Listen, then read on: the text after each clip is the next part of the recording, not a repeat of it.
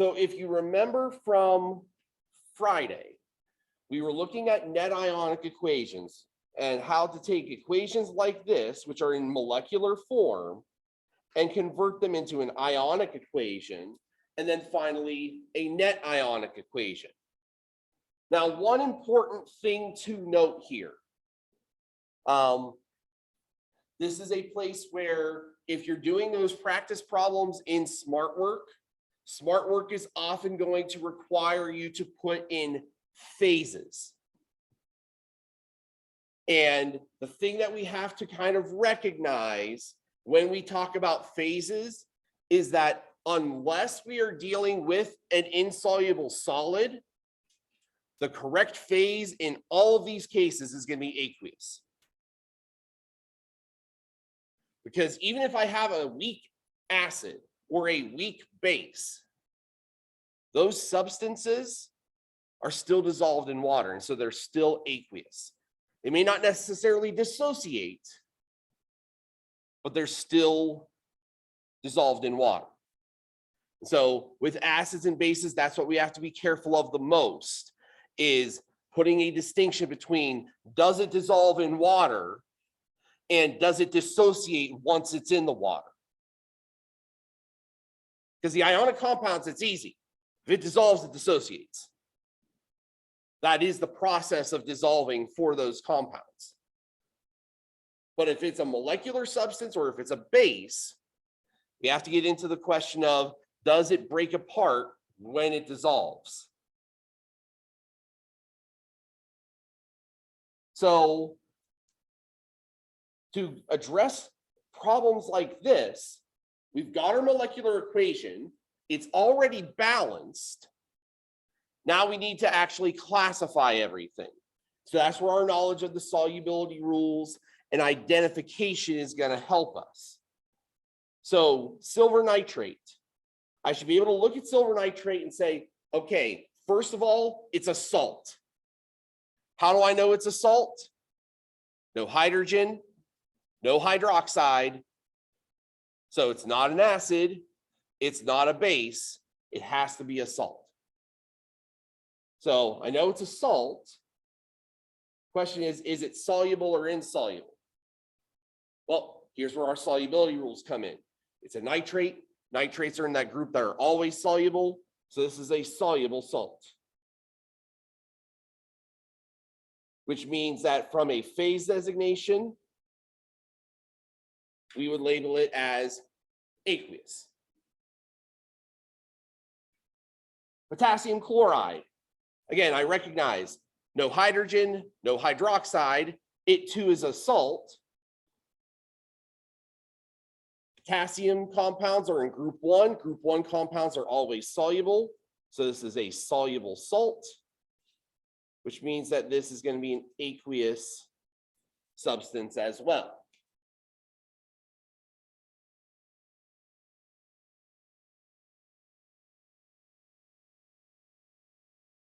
Silver chloride.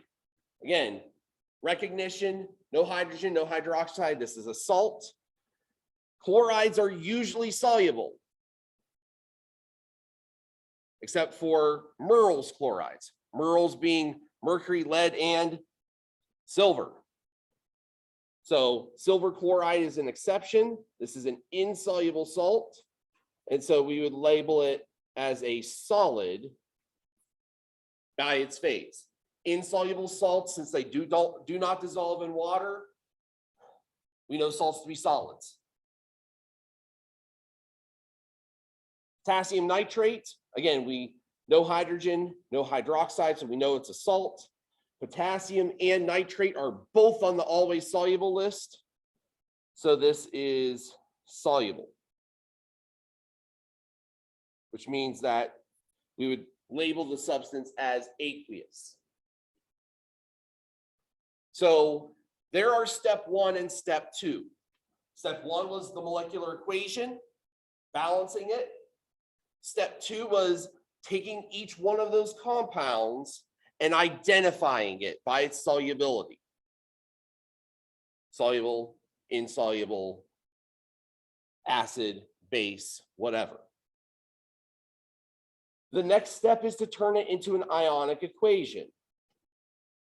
For the ionic equation, we are going to break apart everything that is a strong electrolyte.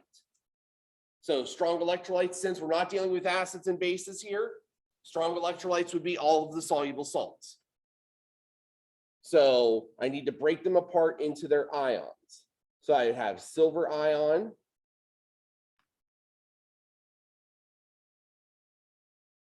I would have nitrate ion,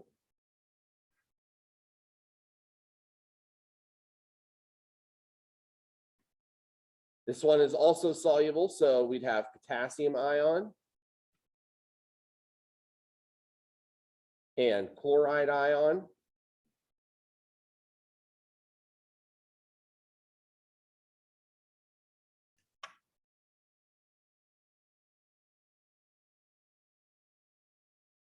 On the product side, we have an insoluble compound, the silver chloride, so it stays together, AgCl, solid. And we've got potassium nitrate. So I've got the potassium ion and the nitrate ion.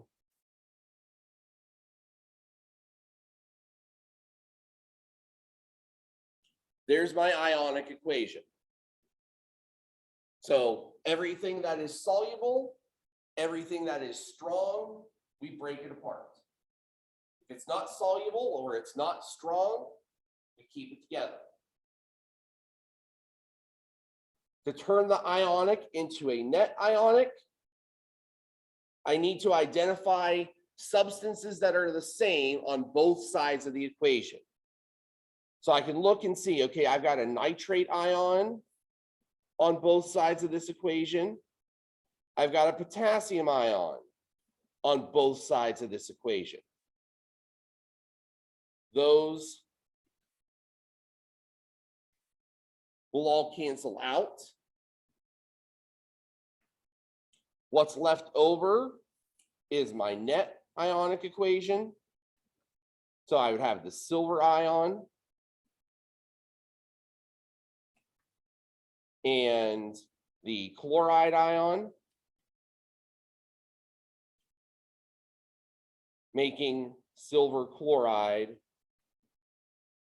the solid. And so if I'm looking out,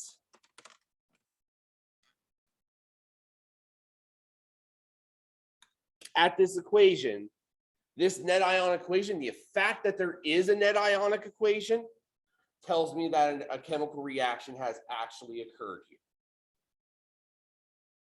Now, one important personal note here.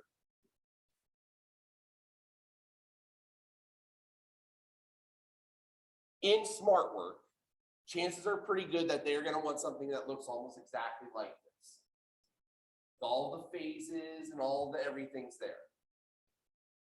For me personally, when it comes to quizzes, when it comes to the exam, when it comes to that last proficiency about net ionic equations, I don't care so much about the faces being there. The reason I don't care so much about the faces being there is because I'm going to go on a limb and assume that if it's an ionic substance, it's dissolved in water. And if it's not an ionic substance, it's not dissolved in water. Because that's kind of reality. There are no ions that exist outside of solution, except for in very hot gases or in crystalline substances. They would be standalone ions in that case. And if it's not ionic, then we know it's a phase that's not in water. So for me, I like to keep it simpler. And I want to evaluate you based on your ability to apply the solubility rules and not so much getting you on a technicality, oh, you forgot the phase. Or, oh, you said it was aqueous, it's actually a pure liquid, I gotcha.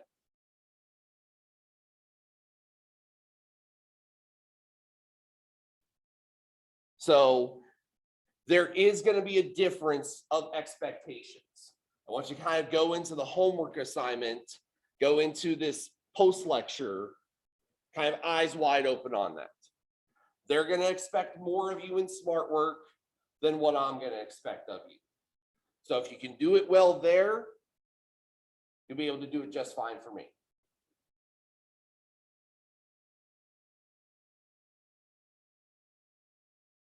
All right, let's take another sample problem here. A precipitate forms when aqueous solutions of ammonium sulfate and calcium chloride are mixed. Write the net ionic equation for this reaction. All right, so we're dealing with something very similar here. Only difference this time is we haven't been given the molecular equation. We're going to have to make it ourselves from the starting material, which is exactly why we did the predict the products proficiency as kind of required material before we got too deep into this. So we've got ammonium sulfate. Ammonium sulfate chemical formula NH4 taken twice, SO4. Calcium chloride, CaCl2. Now, recognizing that this is double replacement, we're going to see the ammonium ion and the calcium ion switching places. We're going to have ammonium chloride, NH4Cl, and we're going to have calcium sulfate, CaSO4.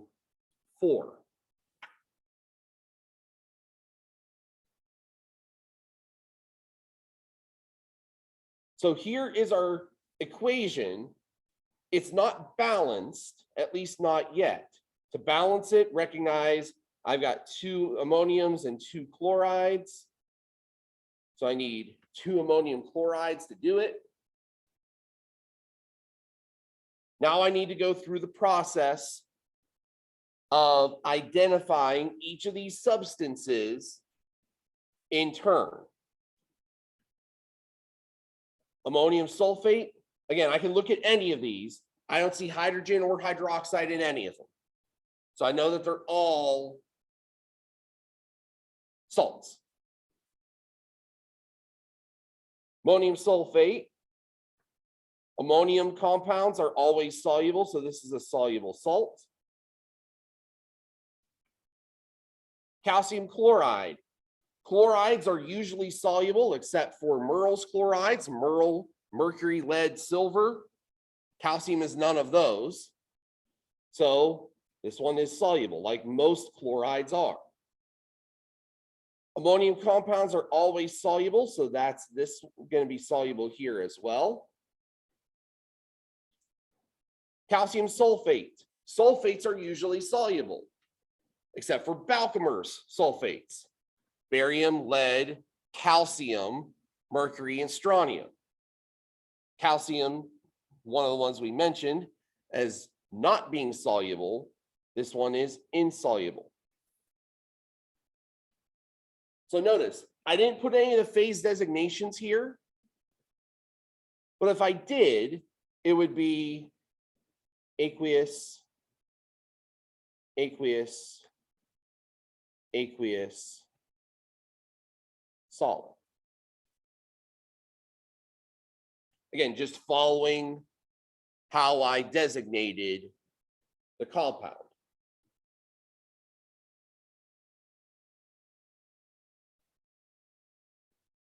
For my ionic equation, all the solubles, got to split them apart. So I've got the ammonium ion.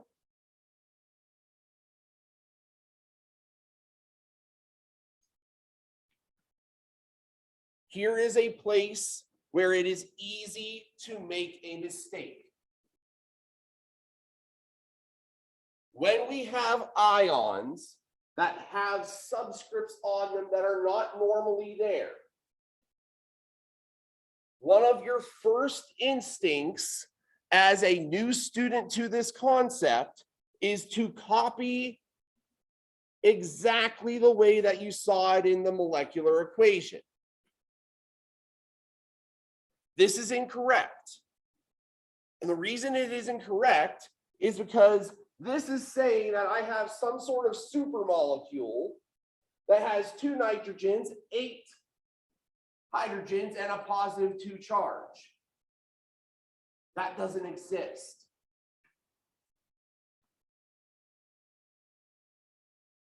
When we see a subscript that is not normally there, we need to drag it out as a coefficient to our ion. That 2 there in ammonium sulfate tells us that there are 2 ammonium ions for every 1 sulfate.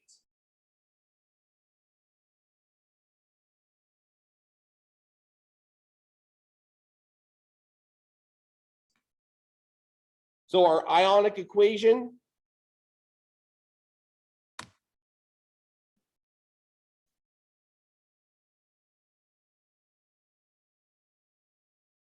should reflect that relationship in the compound. Same thing with the calcium chloride. Got the calcium ion, makes sense. Should be just the chloride ion, Cl-. Again, one of your first instincts that is incorrect is to say, oh, there's a 2 in that, I'm going to need to make it Cl2-. Again, we need to think about what that actually means. That means I've got 2 chlorines linked together that carry a -1 charge overall. That's not correct. So when we see ions with subscripts that we wouldn't expect there, we need to remember to bring that subscript out to the front. That's the correct form of calcium chloride. There is 1 calcium, there are 2 chloride ions. That should be shown in that net ionic equation. We do the same thing with coefficients in our balanced chemical equation. That coefficient tells us that while the molecule itself is 1 ammonium to 1 chloride, there are 2 such molecules. So in total, there are 2 ammonium ions and there are 2 chloride ions.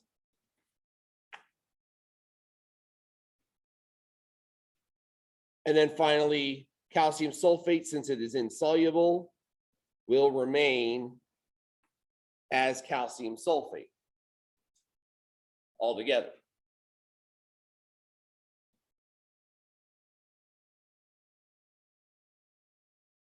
So we can go through, identify spectator ions here. The ammoniums are common. The chlorides are common. If we remove those, we have the sulfate ion and the calcium ion coming together to make calcium sulfate.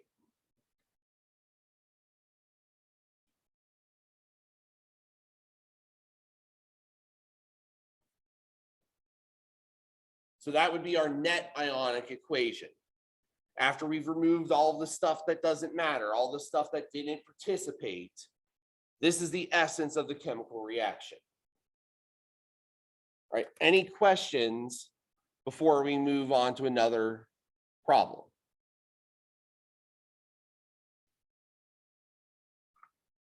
All right, so we've got this problem. It's not fully acid-base, but it's going to help us a little bit here.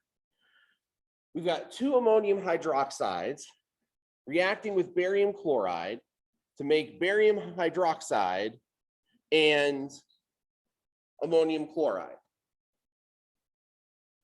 So the equation's already been balanced in advance for us. So we can move straight into the second step, which is the identification and administration of figuring out what's soluble and what's not soluble, what's strong and what's weak.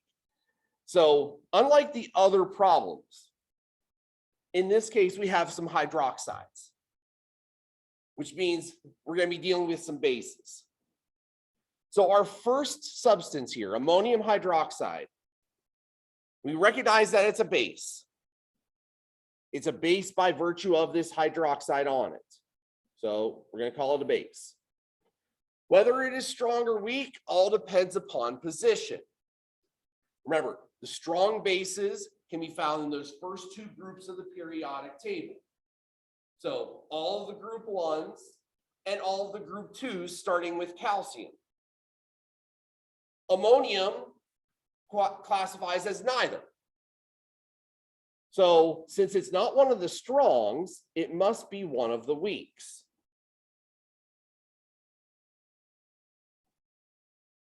Similarly, barium chloride, neither a hydrogen nor a hydroxide, we know it as a salt. Chlorides, usually soluble in water except for Merle's chlorides, mercury, lead, silver. Barium's not any of those. Soluble.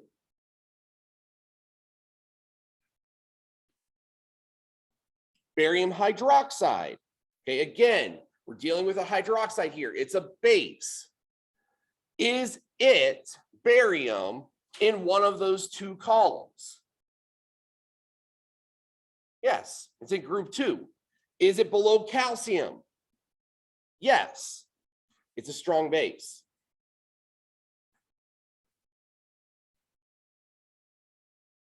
Ammonium chloride, we recognize it as a salt. Ammonium compounds are always soluble. So this is a soluble salt. Now here's where it is tricky. If we're trying to write in phases here, look at what our phases look like. Well, we know that the soluble salts are aqueous.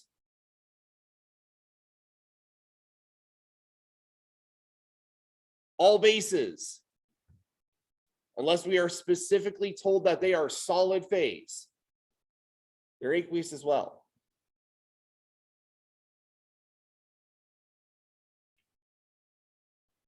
So a problem like this can be really difficult to determine visually if a reaction is occurring, because everything's dissolved in water. This is where the net ionic equation comes in. So in your smart work stuff, this is where you can get tripped up because you're assuming that something has to be a solid in order for the reaction to occur. And that's not the case. When we deal with acids and bases, a lot of the stuff that we're looking at is all aqueous. And whether or not a reaction occurs has to do with whether the things change rather than if something stays solid or not. So as we go to the ionic equation, this is where one of those things comes about. Weak base, ammonium hydroxide. Because it is a weak base, it does not split apart. It stays together. So we start with 2 ammonium hydroxide aqueous molecules. And that looks weird to write, and it feels weird to write because we haven't talked at all about aqueous molecules yet. Everything that's been aqueous has been ionic thus far. But when it comes to weak acids and weak bases, this is a reality. It's dissolved in water, but the water's not strong enough to rip it apart.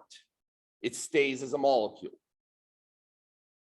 For the barium chloride, I've got the barium ion, Ba positive 2, aqueous. I've got 2 chloride ions, Cl minus, aqueous. On the product side, I've got barium hydroxide. Barium hydroxide is a strong base. Strong bases do dissociate. So we're going to see barium ion, and we're going to see 2 hydroxide ions, both of which would be aqueous. And for the ammonium chloride, since it's soluble, 2 ammonium ions,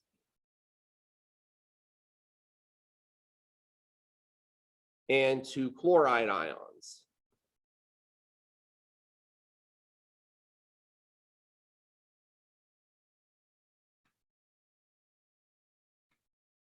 To turn this into a net ionic, I need to look at what is not changing. I can see the barium ion hasn't changed. The chloride ion hasn't changed. But everything else is different on the product side than it was on the reactant side. So my net 2 ammonium hydroxide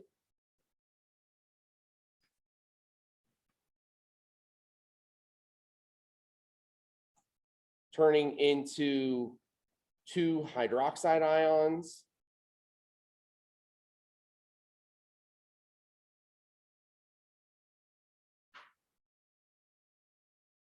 and 2 ammonium ions.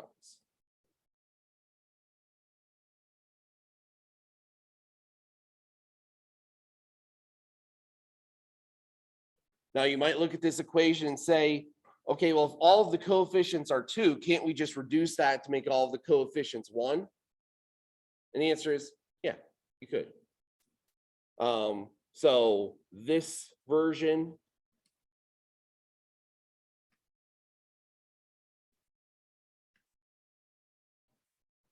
would be just as viable or correct as the first.